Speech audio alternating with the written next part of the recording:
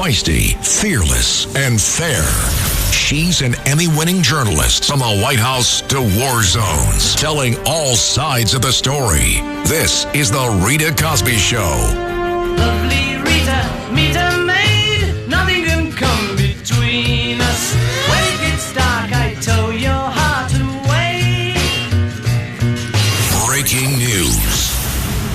And tonight on the Rita Cosby Show, lots of details coming in the last few minutes that Israel warned the United States of a new Iranian plot to kill the president of the United States, Donald Trump. That this, of course, comes after all these threats coming during the funeral of the Ayatollah. Remember, the son wasn't there, but the father was obviously no longer with us. And there were millions of people through the streets of Tehran who were shouting death to America, death to Donald Trump, waving flags and all that stuff. And we know that President Trump, when he left Turkey, he did not take the new Air Force One. He ended up taking the old one to England and then got on the new one after they kind of swept it and did some security checks. And tonight we're hearing reports from the Wall Street Journal and elsewhere that Israel is the one who warned the United States with what they said was some very serious intelligence that would point to another potential assassination attempt against President Trump. So for that reason, that could be why President Trump ended up taking the old Air Force One. First of all, the Qataris gave him the first one, and a lot of people are saying it's not as robust security-wise. I always wondered, to get a plane from a foreign government, you always got to wonder what could be on that plane, even if the government is an ally of ours. But you just never know. And especially in this environment, things are pretty dicey. And President Trump clearly is fed up with Iran. You could tell that he really has said enough is enough. Of course, he's the guy who had the guts to take out the Iranian Revolutionary Guard Corps General Soleimani, remember, in 2020. And he's the one who said, hey, let's go in and get the nuclear sites. He's the one who said, let's go in and bomb again and take care of it. The guts and the courage of President Trump, guys, that is something to behold. And we're going to talk about that tonight on the Rita Cosby Show. Obviously, it's a difficult situation with Iran. It's not perfect right now whatsoever. There's going to be a lot of back and forth. But at least he had the guts to start taking the fight to them. And they don't like it. And according to this new intel, they were plotting and planning some sort of new attack. And it very well may coincide with the fact that the new Air Force One did not go back with President Trump, at least for the first leg of the trip. And then it picked it up midway. So what do you make of this? And how concerned are you for the security of the president of the United States? I am big time. I'm telling you, I always think about that. I think about the security of him, his family, the other people in the cabinets, just because the threats are so high. And he has been such a consequential president. And for all those reasons, he is the number one target. He said it himself just yesterday. Take a listen. This is what he said. Remember, on Air Force One. Take a listen. Were you aware of any credible threat by Iran against Air Force One? Well, I have a threat all the time. I'm number one on their list before you. But if I go, you go. Mm-hmm. Right? But was there a specific threat today? Perhaps someday you want to change professions. What do you have, Daniel? If I go, you go. We're all in this together. We're all on the plane. He's so sort of matter of fact about it all. And then he did say also during the briefing that he knows that they continue to put him in the crosshairs, that they continue to have threats against him. The question is, was this something very actionable? Was this very detailed that he got from Israel? Is this, genuine intelligence? I believe it is. I'm not surprised. Some people are saying maybe it was to jazz President Trump and get him further engaged. But clearly President Trump, I believe, thinks it is definitely something serious because he's gotten a lot more spirited against Iran in the last 24 hours, calling them scum and calling them losers and liars and saying that these people are just horrible, despicable people. Here is also the other issue that we're seeing this back and forth. Of course, the United States hitting a lot of targets in Iran in response to them hitting the cargo ships in the Strait of Hormuz. And then there was a strike near the nuclear plant there in Iran. That's a big concern. And we talked earlier with Brigadier General Blaine Holt, who says this may be a false flag. This may be a setup by Iran to try to scare the world. Take a listen. Yeah, we're bombing Iran. They're getting another taste of the United States Navy and Air Force, combined air forces tonight on the coastlines. But there are reports that there's inland strikes that are close to the Bashir nuclear power plant that neither us or Israel are claiming that we didn't take. Now, a couple of things that it could be is, did UAE or Saudi Arabia jump into the fight? Maybe. Is the revolution on, and are the revolutionaries starting to strike at things like that? Don't know why they would. They're going to need that power plant, and they understand what radiation risk is. Or the last possibility, and this is where I'm going, is the regime trying to create a false flag event by bombing their own nuclear power plant, creating a radiation risk, and then all of the propaganda will flow that the United States did this to us. That's a distinct threat and possibility. Very interesting. So was this just sort of a setup to get us jazzed? Was this a setup by Iran to try to say, oh, you guys want to back off? We've got some stuff here. Back off. This is a very interesting scenario, and the things are getting very, very dicey. And you could tell that President Trump clearly is losing his patience with Iran. Now, the other thing, too, this is interesting. Did you hear about somebody in Zohran Mamdani's administration? Guess what? They were planning to meet with Iran's UN ambassador. Yeah, we're in war with Iran. And you've got somebody there in his administration. She's in charge of his international affairs, the commissioner. And she was actually making plans to have a meeting on July 7th with the ambassador from Iran, the permanent representative to the UN. Ultimately, it never happened. It turned out there was a report that came out in the City Journal, came out and talked about this meeting was about to happen. State Department officials apparently intervened. They did not like this, needless to say. And then suddenly the meeting didn't happen. But they were planning in the middle of a war to go over and meet with the UN ambassador. What was the plan? To go over there and apologize? I mean, what was the mission? Well, I don't know. Why would you go over and meet and not even check with the State Department? Obviously, they would say no. Why would you not let them know? They found out through media reporting. But the head of international affairs for Mamdani was planning on going over. What was the reason? That's very troubling, and it's very concerning. And here is also, let's go through what Mamdani said in the past. He condemned President Trump's, quote, illegal war of aggression when President Trump first directed the strikes against Iran. That was back in February.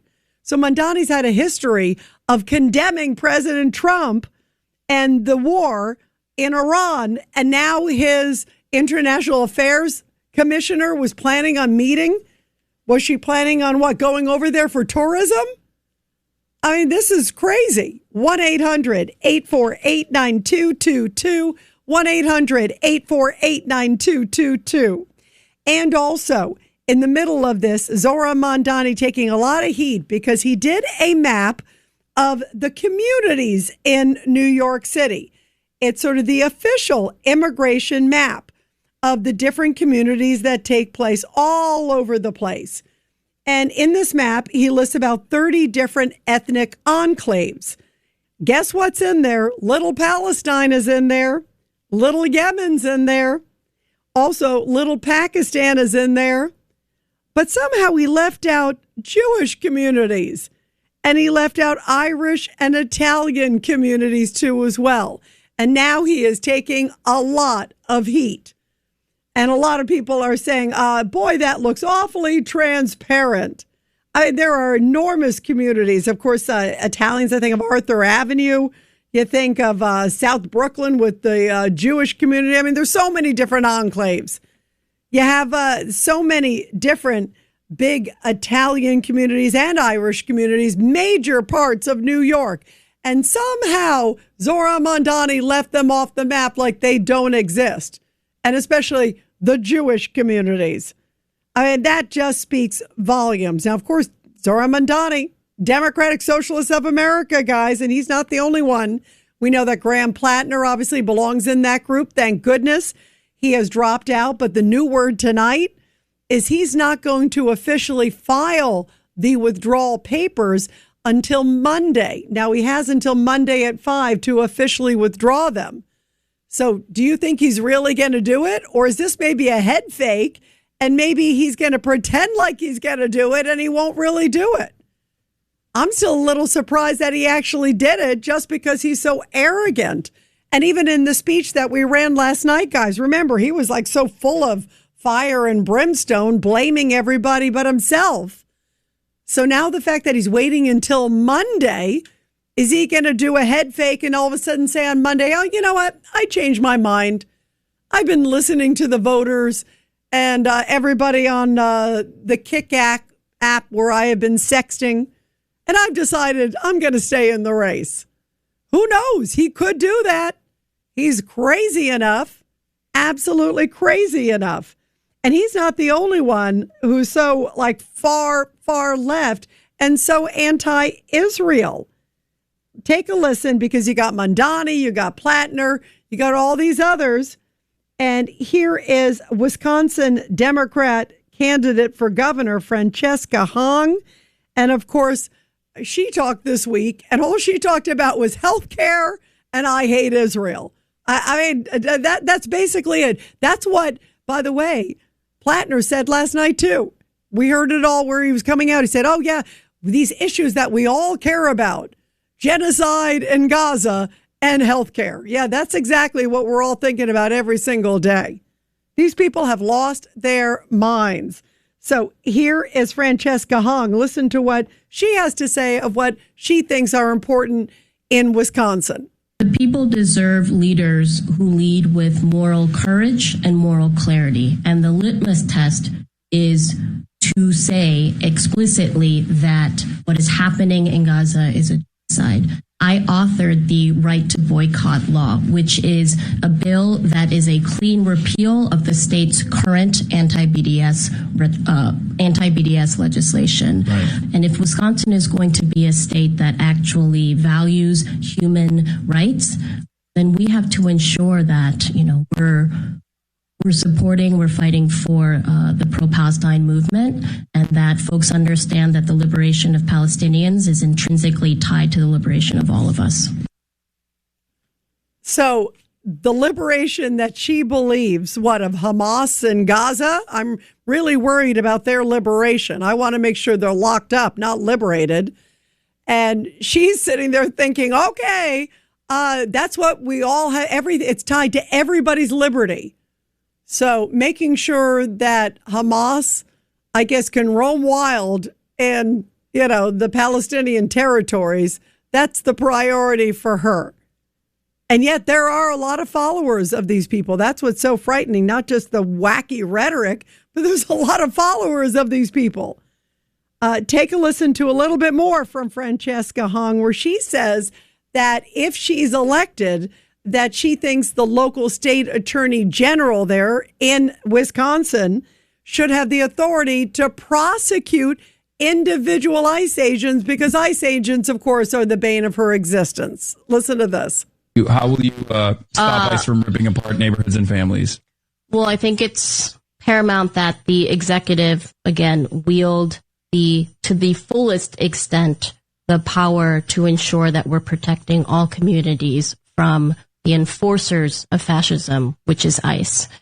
The Keep Families Together package ensures that we prohibit 287G agreements or local law enforcement from cooperating with ICE. We also have to make sure that we are giving the Attorney General's office full jurisdiction to be able to sue and prosecute individual ICE agents, as well as district attorneys at the district level, and that state money can go towards immigrant justice organizations to help fund different mutual aid efforts, legal observer trainings, know your rights trainings. And I think most importantly, folks need to know that their governor is on their side, and that just because the federal government, we do not have to participate, even when we may not always be able to override federal authority, doesn't require us to participate in it. So local authorities should arrest individual ICE agents. This woman really is off her rocker. And yet she is a bona fide candidate. I should say a candidate. I don't even want to say bona fide, but she's a candidate for governor there in Wisconsin with the primary coming up soon. 1-800-848-9222. And we'll take your calls when we come back here on The Rita Cosby Show. The Rita Cosby Show.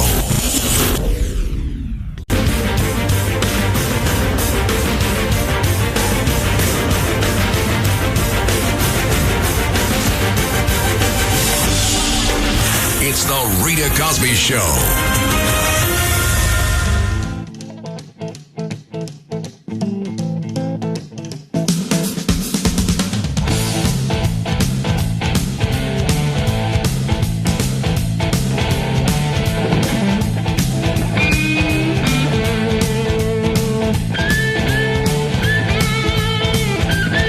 Let's go to your calls, guys. 1-800-848-9222. 1-800-848-9222. Let's go to Jack in New York on line 4. Go ahead, Jack. Rita, how are you tonight, beautiful? I'm doing great. Go ahead. Excellent. Rita, let me ask you a question. What are we doing? What are we doing? This is nuts. We got to get rid of this guy before he turns New York into Seattle, into San Francisco, into Los Angeles. Who are you talking about, Mamdani? Who are you talking about, the mayor? Absolutely. Get rid of the bastard.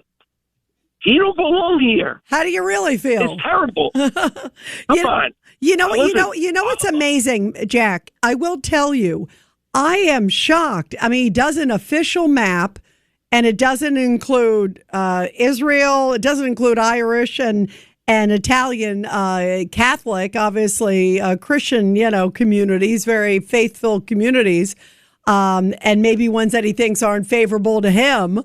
I mean, to me, I agree. It is shocking. And then the fact that somebody in his department was planning to meet with the ambassador. Do me a favor, Jack. Hold on. We got to go to a quick commercial break because we got a hard break here, but I want you to stay on the line. We're going to continue with you afterwards because he never ceases to amaze me. And let's go to your calls, guys. 1-800-848-9222. 1-800-848-9222. Let's go to Jack in New York on line 4. Go ahead, Jack. Rita, how are you tonight, beautiful? I'm doing great. Go ahead. Excellent. Rita, let me ask you a question. What are we doing? What are we doing? This is nuts. We got to get rid of this guy before he turns New York into Seattle, into San Francisco, into Los Angeles. Who are you talking about, Mamdani? Who are you talking about, the mayor? Absolutely. Get rid of the bastard. He don't belong here. How do you really feel? It's terrible. Come on. You know what's amazing, Jack? I will tell you, I am shocked. I mean, he does an official map, and it doesn't include Israel. It doesn't include Irish and Italian, Catholic, obviously Christian, communities, very faithful communities, and maybe ones that he thinks aren't favorable to him. I mean, to me, I agree. It is shocking. And then the fact that somebody in his department was planning to meet with the ambassador. Do me a favor, Jack. Hold on. We got to go to a quick commercial break because we got a hard break here, but I want you to stay on the line. We're going to continue with you afterwards because he never ceases to amaze me.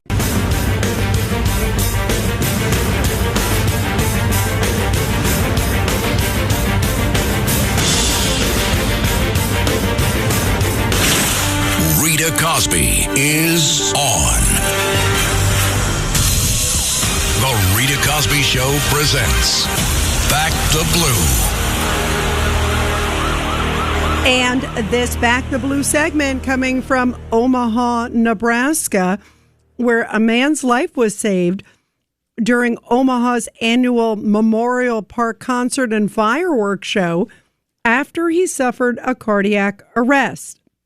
Now, thanks to teamwork between a bystander, Omaha police, and emergency responders. They were monitoring the concert in their designated assigned area when concert goers suddenly waved down police officers. They said that they needed to get to somebody immediately, that he is down, he's not breathing. And so that changes everything for the police. So the concert goer initiated CPR, and then the officers took over immediately when alerted. The bystander who started the CPR knew a little bit about it, but when the officers took over, the man suddenly regained a pulse within 8 minutes. That's still a long time there to be doing CPR. Officer Piper, who is with the local Omaha Police Department, said, "This is why you do it. All of a sudden, we have prolonged a man's life through teamwork and knowing what we are doing." And of course, bravo to the great teamwork of also the concert goers who quickly got the officers. They were there very close by and were able to save that man's life. And some more developments coming out of Iran. Breaking news. And the U.S. continues to hit targets associated with the Iranian Revolutionary Guard Corps.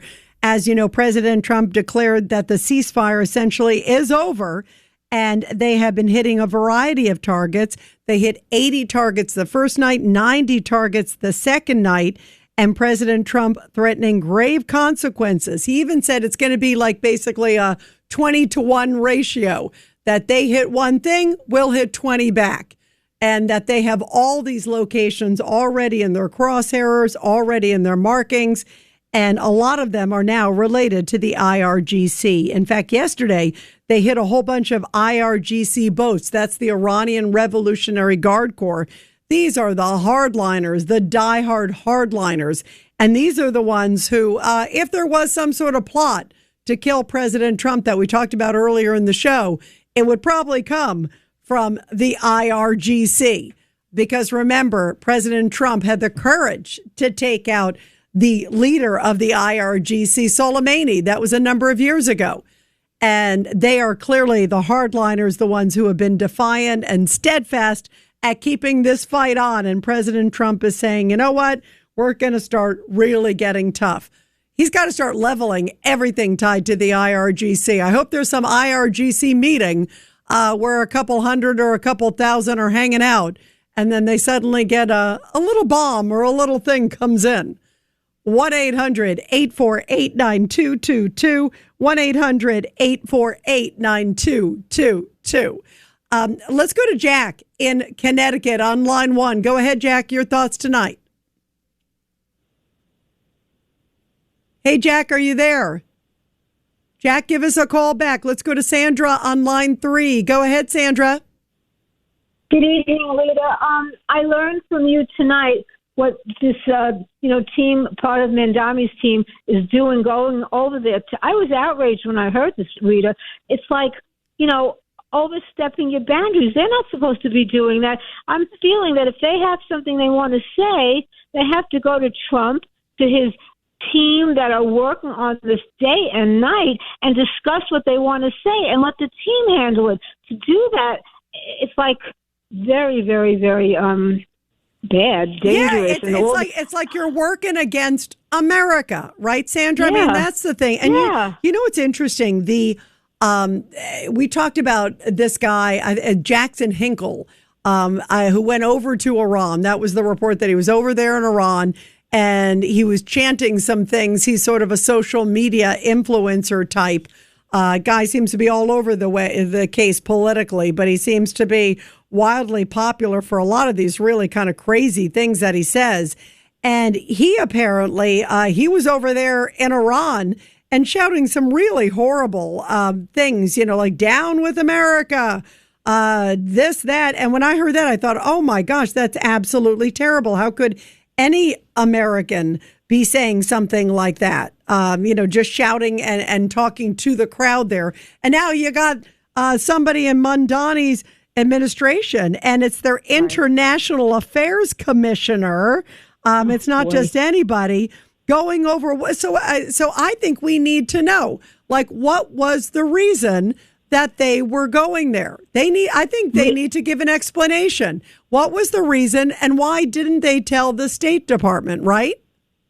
Well, I feel that they should be discussing this with Donald Trump's team. I think that, they're just going over. They're not supposed to do this. This is how I'm feeling. They have look. This is very delicate stuff we're handling with over there, and no one should be. Donald Trump should find out who it is and have a very, very tough talk and tell them, if you keep doing this, you're gonna have consequences. I think what they did is really, really dangerous and wrong. Like I said, our team is working hard day and night trying to do this right, and for someone to go behind the scenes and say whatever they're going to say, and we don't even know what they're saying. That's really, really dangerous. And Trump should really find out who these people are. And I think he misread Mamdani. I think he made a big mistake liking him from the beginning. Well, he tried to go that route with him, but now he needs to put his foot down and say none of this is allowed. It shouldn't be allowed, Rita. We're in a war, and it has to be handled so carefully. And so I was upset when I learned this tonight from you, Rita. I was too. And it comes on the heels of Mamdani himself blasting the president. He called it Trump's illegal war of aggression when he did the strikes against Iran in February. I mean, so it fits with his MO. His beliefs seem to be very much in line and more sympathetic towards Iran and towards Gaza than obviously, the U.S. and Israel. I mean, and he was very vocal. It was kind of surprising because when the attacks, he almost was one of the first ones. I remember when he came out and said it. So the fact that somebody in his administration was trying to go over there covertly, according to this report, and have some meeting, what were they planning on saying? And what, first of all, he's the mayor of New York.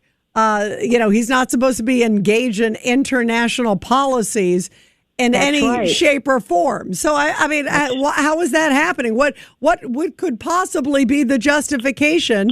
And if you're going to go over, you should be going over with somebody from the State Department and checking to get it cleared through the State Department. You can't be doing your own individual sort of policy. And it just looks so bad. They found out about it. They nixed it. Yeah. What does that say to you about Mamdani? He's a horror show.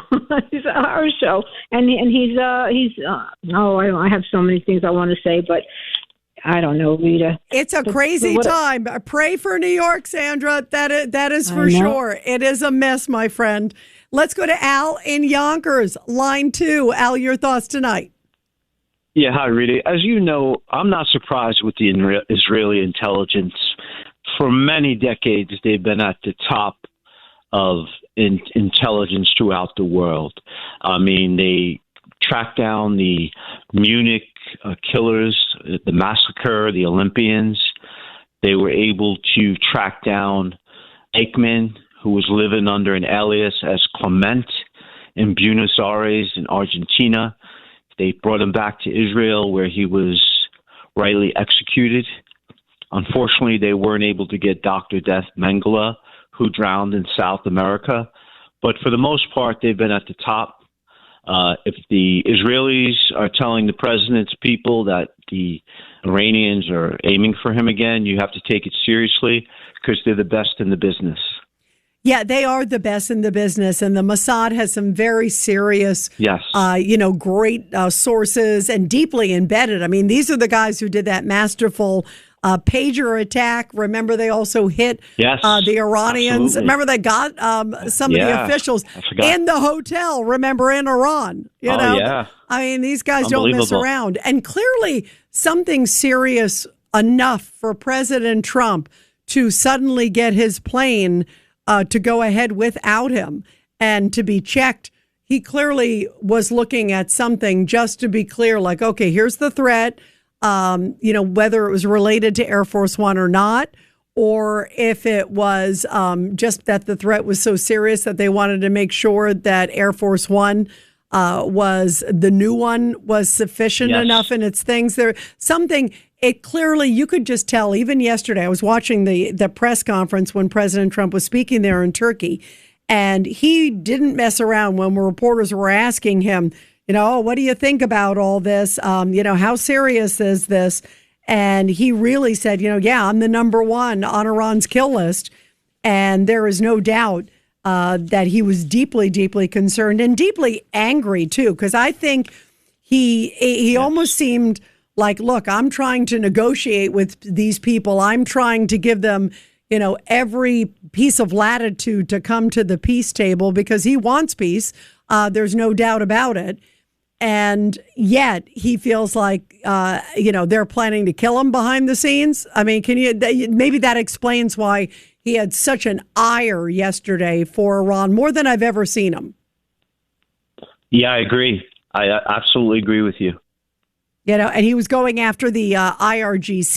He continues to do that tonight, going after the Iranian Revolutionary Guard Corps. I mean, these guys are the hardcore, real, like, straight ahead, lunatics, if you will, the diehards. And he clearly is taking this threat very serious. So what do you think needs to be done in the future, Al? To keep our alliance with Israel. I mean, it's great that the Israeli intelligence works well with our intelligence in America. So to keep our alliance strong, to make sure nothing fractures that. Yeah, that is important. I agree. We've got to stay steadfast with that. I agree. Al, thank you very much. Let's go to Angelina in New York on line one. Go ahead, Angelina. Rita, thank you for answering my call. You are absolutely amazing. I love your show. Thank you, Angelina. I love you. Thank you. You speak the truth, only the truth. And what I'm calling is, I'm Venezuelan. I'm an American citizen. My husband was an American designer. Anyway, just to tell you short. Beautiful. I cannot believe what happened to New York. This guy, Mamdani, now he wants to release 7,000 criminals from a jail and build houses for them. My country was destroyed by the communist regime. Criminal, because I call them criminals, communist regime, Venezuela. That's where I was born. I cannot believe. I love New York City. It has given me my career. It has given me my freedom. I cannot believe what I'm witnessing, how decline is going in New York, how bad it is. The crime is out of control in the subways. You cannot even call the policeman. There is not enough policemen. And how did we get to this? That's a very good point. Obviously, the voters picked this guy. And sadly, what's so frightening is that he's not alone. I mean, there are a number of them. I just played clips from that woman, Angelina, in Wisconsin. And then you got this guy, El Sayed, in Michigan. You got another guy in New Jersey. You got another guy in Philly. They're like sprouting up like cancer all over the place. And it is. And they need the lessons. They need to hear from people like you. You know why they pay? Unfortunately, these people, these organizations, they have a lot of money from drugging, from you name it. But this is what I call uneducated voters. The young kids, they think it's cool to be socialists and communists. Why they don't take a little tour to Cuba or Venezuela and seeing people eating from the garbage bin, and they will go, because you know what happened? They promise you they're going to give you free rent, they're going to give you free food, and people that are so lazy and uneducated, they believe it, and they vote for these morons, and when they get on power, forget it. You never get in. My country, it was destroyed by communist regimes. And that's how they arrive. They arrive, promise you free rent, I'm going to give you food, and they start putting people hating the rich people, and they don't understand the uneducated people. Rich people is the one who promotes, who gives jobs to people. You know, they give jobs to the dog walkers, to the nurses. They go to the restaurants. They go to, you know, it's the people with money who support the city. Yeah, I agree. They have vilified the rich. You know, they talk about the rent freeze. They're going to go after those that they consider not fair landlords. So you're right. It's not only are they promising things they can never deliver, but they're also going after those who are hiring thousands of people, giving charities. You hit it right on the head. It is an old playbook, and yet people are still falling for it, which is why, Angelina, people like you need to get out there and keep signaling what happened to your country and how it is important that we all need to wake up and learn the lessons. The last thing we want is the bad things that happen in Venezuela and Cuba and elsewhere to come to the shore. We're seeing some mini versions of it, and we cannot let it grow further. I 100% agree. It's very concerning, but people need to, I think education's the key, right? Education.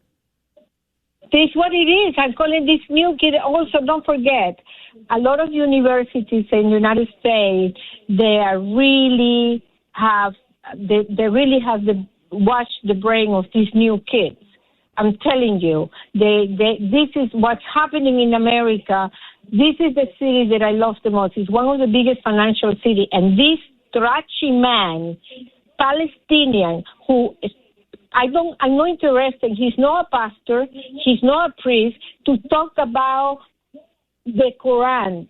Why don't he do the good job? Just start with the basic, clean the subways, pick up the homeless. What is all this man is doing with New York? Yeah, it's all you hit it on the head. He's become philosophical.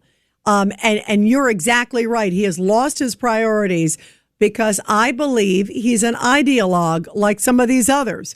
They are true believers and they're focused on the ideology. One of the things I heard last night from Graham Plattner when he gave his quote, "I'm suspending my campaign" speech, Angelina, he came out and he said the things that we all care about, like health care and Gaza, the genocide by Israel in Gaza. I'm thinking that's not what I'm thinking of right off the top of my head. But that's what they believe, and that's what all these Democrats, socialists, they go after AIPAC, the Jewish lobbying group. The list goes on, but it's all anti-Israel. You're right. They've lost their rocker, which is why it's so important to have good education and people like you, great people that we love having in this country, to speak out. Good forces need to stand together, whether they're Republicans or Democrats or whatever. It's just good people versus common sense versus crazy, as we say. 1-800-848-9222. And everybody will continue after the break. Thank you, Angelina.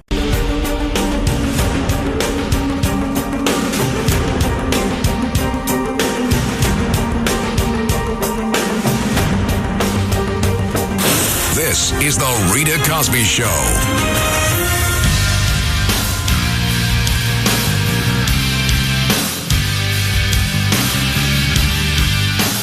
And by the way, President Trump always busy. He's amazing. I mean, I saw him last Friday. Then he went to NATO. He also, remember, had all the big, huge America 250 events in D.C. and South Dakota. Tomorrow, he is swearing in John Rich. And this is pretty interesting because he is going to be the special envoy who is going to be dealing with landowners. It's an interesting title that President Trump sort of created. John Rich, the big country singer, a big fighter for open land and land rights. And he is the special envoy for U.S. landowners. I think that's a very interesting title and a neat position for somebody who loves America and has traveled all over this great country. So tomorrow he is going to be getting sworn in at the White House, along with a number of other different meetings and things. But pretty cool to see John Rich there in the middle of all. You got Dr. Oz. You're going to have John Rich. I'm waiting for maybe Vanilla Ice might get some sort of position. What do you think? He'd be pretty good. He could be, I don't know. head of musical talent. I'd put that, right? I mean, he's good. Ice Ice Baby. Can never go wrong with that. When we come back, we're going to continue talking about the surge of socialism.